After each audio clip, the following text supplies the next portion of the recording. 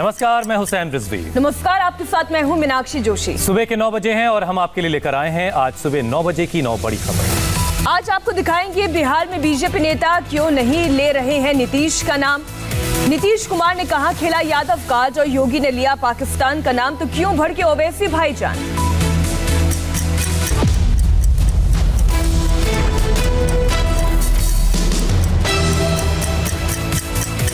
और सबसे पहले बात बिहार चुनाव की, जहां बीजेपी की जुबान से नीतीश का नाम गायब हो गया है। बिहार में धुआंधार चुनाव प्रचार कर रही बीजेपी अब से थोड़ी देर के बाद अपना घोषणा पत्र जारी करेगी। बिहार चुनाव में आज बीजेपी अपने वादों का पिटारा खोलेगी। निर्मला सीतारमण और रविशंकर प्रसाद अब से 1 घंटे बाद पटना में पार्टी का मैनिफेस्टो जारी करेंगे और कल से मैदान में उतर जाएंगे खुद प्रधानमंत्री मोदी। धुआंधार चुनाव प्रचार में लगी बीजेपी ने सीएम कैंडिडेट तो नीतीश कुमार को बनाया है, लेकिन सभी स्टार प्रचारक नीतीश के बजाय मोदी के नाम पर वोट मांग रहे हैं। बीजेपी के सभी बड़े नेता चुनावी सभाओं में राष्ट्रीय मसले उठा रहे हैं और भगवान राम के साथ साथ प्रधानमंत्री के काम को भी मुद्दा बना रहे हैं। बिहार की जब हम बात करते हैं तो बिहार का मतलब हमारे लिए मां सीता का मायका हो जाता है।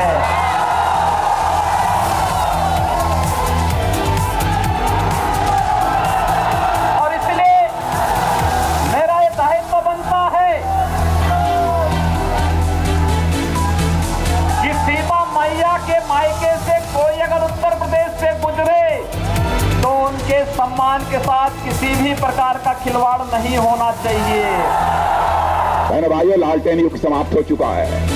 अब ये एलईडी युग आ गया है। एलईडी युग आ गया है। लालटेन युग समाप्त हो गया और लालटेन तब फूट गई बा।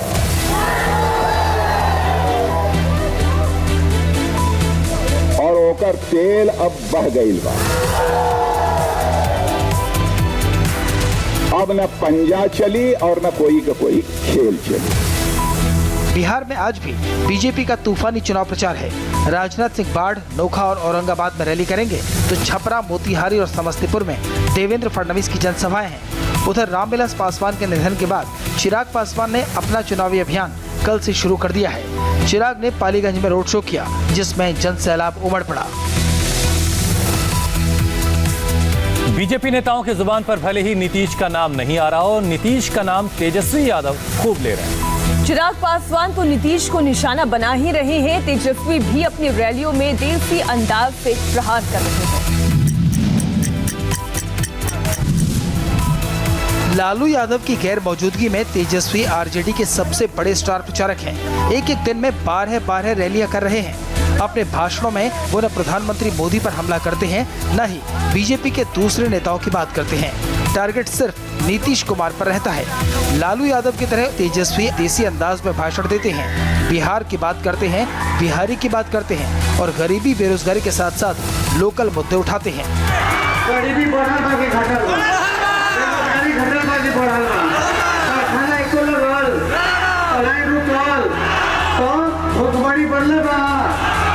तो काम के ऐसे मुख्यमंत्री जो 15 साल तक गरीबी ना मिटाइले, कारखाना ना लगैले, एक रोजगार ना दिलाइले, ना पलायन रोकले, मजदूरों सब हाथ रहा तो हमारे भाई सब से बूम कर ले।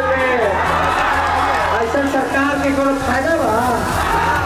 रोहतास, कैमूर, बक्सर और भोजपुर में आज भी तेजस्वी की 12 रैलियां हैं। और तेजस्वी के हमलों का जवाब नीतीश कुमार ने लालू परिवार के गढ़ में जाकर दिया। बिहार के मुख्यमंत्री ने इस चुनाव में पहली बार यादव काज खेल दिया है। लालू यादव के सियासी गढ़ रहे छपरा की परसा सीट पर लालू यादव के समधी और तेज प्रताप यादव के ससुर चंद्रिका राय के लिए वोट मांगने पहुंचे थे नीतीश। मंच पर मौजूद चंद्रिका राय की बेटी और तेज प्रताप की पत्नी ऐश्वर्या ने नीतीश के पैर छुए और फिर जब भाषण का वक्त आया तो नीतीश ने यादव कार्ड खेल दिया। कहा कि लालू यादव के परिवार में एक यादव बेटी का अपमान हुआ। इतनी पढ़ी लिखी महिला है और क्या व्यवहार हुआ भाई, ये कहीं से किसी को भी अच्छा लगा। शादी में तो हम लोग भी गए हुए थे, लेकिन उसके बाद जो दृश्य आया कितना बुरा लगा है हम लोगों को। लेकिन भविष्य में दिखाई पड़ेगा कि लड़कियों के साथ, महिलाओं के साथ पाप करना कितना उसके लिए खतरनाक है। परसा की इस रैली में नीतीश के भाषण के दौरान कुछ लोगों ने लालू यादव जिंदाबाद के नारे लगाने शुरू कर दिए। इससे नीतीश कुमार भड़क गए। हमको पता नहीं बीच में क्या बोल रहे हो जी, क्या बोल रहे हो, क्या बोल रहे हो? जरा हथवा उठाओ, कैगो अनाप शनाप बोल रहे हो, जरा हाथ उठाओ। चारा चोर है सब, चारा चोर। यहाँ पर ये सब हल्ला मत करो। तुमको अगर वोट नहीं देना है मत दो, बिल्कुल। लेकिन जरा बताइए भाई ये हल्ला कर रहा है सही है कि गलत है? जरा बोलिए जोर से। अब सुन लिया ना, जिसके लिए आए हो यहाँ पर उसका वोट और बर्बाद करोगे। राम मंदिर और आर्टिकल 370 के बाद बिहार चुनाव में अब पाकिस्तान की भी एंट्री हो चुकी है। पाकिस्तान को मुद्दा बनाया योगी आदित्यनाथ ने, तो जवाब ओवैसी की तरफ से आया। बिहार चुनाव में पाकिस्तान और धारा 370 भी मुद्दा बन गया है। जमुई में रैली थी और योगी ने डबल अटैक कर डाला। राहुल गांधी के साथ साथ ओवैसी को भी निशाना बनाया और कहा कि मोदी जब सर्जिकल स्ट्राइक, एयर स्ट्राइक करते हैं तो राहुल गांधी और असदुद्दीन ओवैसी पाकिस्तान के साथ खड़े हो जाते हैं। योगी ने आरोप बिहार की चुनावी रैली में लगाए तो ओवैसी ने जवाब हैदराबाद से दिया। इस समय दो ही लोग पाकिस्तान की तारीफ करते हैं, या तो राहुल गांधी या ओवैसी। क्या इन दोनों से देश के हितों की कोई कल्पना आप करते हैं क्या? क्या ये देश का हित करेंगे? देश के दुश्मन जो भारत के अंदर आतंकवाद फैला रहा हो, जो उसके हित की बात कर रहा हो, उससे उम्मीद ही क्या कर सकते हैं? बिहार जाकर भी उनको ओवैसी याद आ रहा है, तो मैं उनको मुबारकबाद देता हूं कि योगी के ख्वाबों में ओवैसी आ रहा है। अब आपकी रातों की नींद भी हम हराम करेंगे, खराब करेंगे, बहुत अच्छा है। देखते रहिए हमको और आपकी नींद खराब होते रहेगी, इससे क्या बोल सकते हैं? इलेक्शन बिहार का है, मगर ये इनकी दिमाग की फिरका परस्ती है, इनकी सोच की फिरका परस्ती है कि इलेक्शन बिहार का है मगर नाम लिया जा रहा है दूल्हे भाई का। बिहार की चुनावी रैलियों में योगी पाकिस्तान के साथ साथ राम मंदिर का मुद्दा भी उठा रहे हैं और जय श्री राम के नारे भी लगवा रहे हैं। चुनाव प्रचार के दौरान वोट मांगने जा रहे नेताओं को जनता के गुस्से का भी सामना करना पड़ रहा है। कहीं केंद्र के मंत्री को भागना पड़ा तो कहीं राज्य सरकार की मंत्री का विरोध हो गया।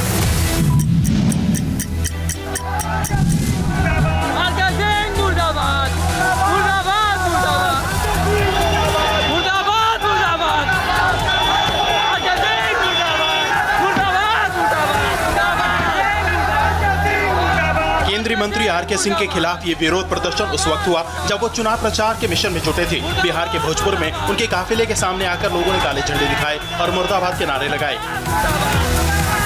इस दौरान नाराज लोगों ने उनकी गाड़ी को भी रोकने की कोशिश की।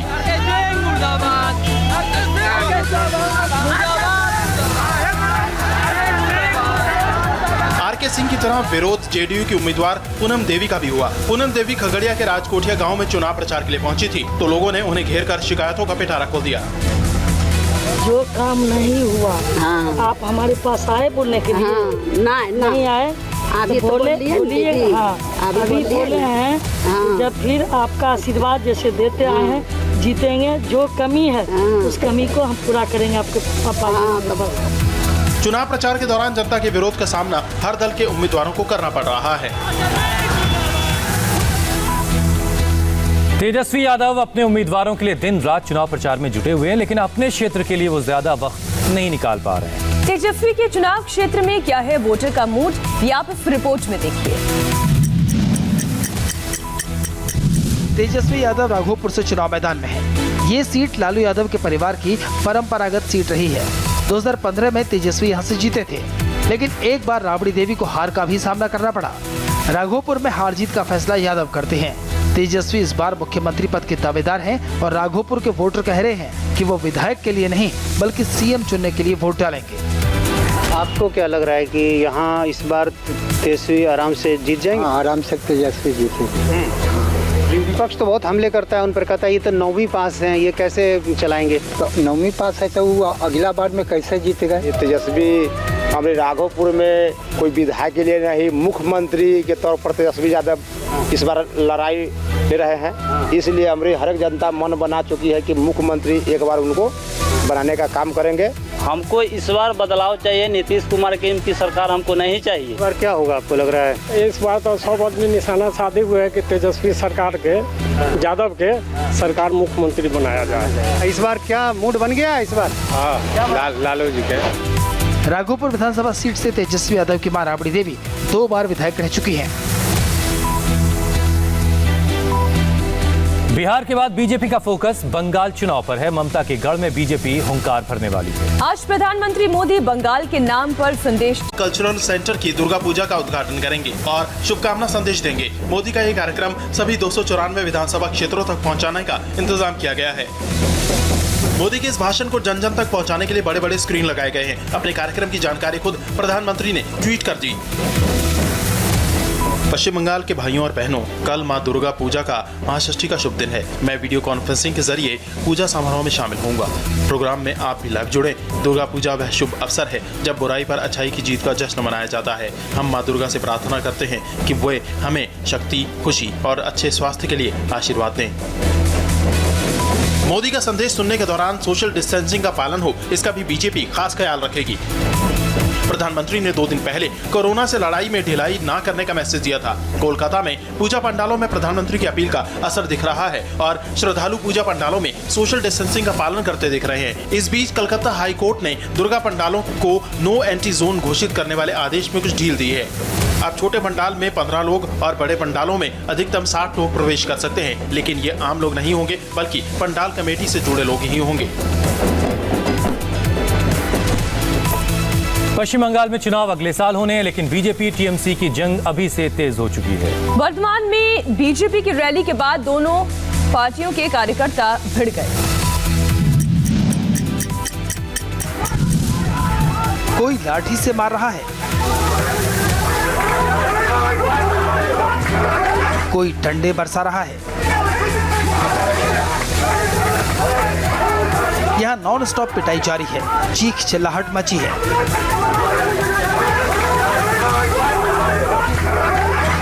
मार खाने वाला दुहाई दे रहा है, लेकिन मारने वालों पर कोई फर्क नहीं पड़ा।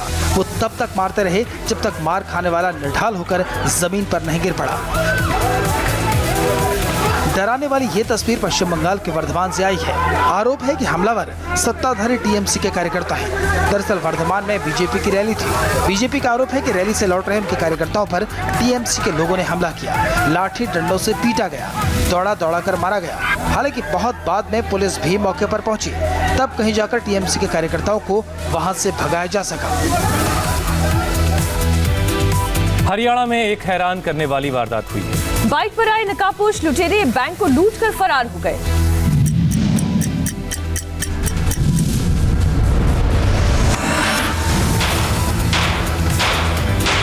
गोलियों की आवाज से अचानक बैंक में अफरा तफरी मचती है और जान बचाने के लिए कस्टमर इधर उधर भागने लगते हैं। और फिर बैंक लूटने आए लुटेरे अपने काम में लग जाते हैं। इस तस्वीर को गौर से देखिए। एक एक कर लुटेरे कैशियर के केबिन की ओर जाते दिखाई दे रहे हैं। पहले काला गमछा डाले एक लुटेरा आगे बढ़ता है, फिर उसके पीछे बाकी बदमाश आते हैं। सभी गुंडे एक एक कर टेबल तक पहुंचते हैं और फिर कैश लूटकर फरार हो जाते हैं।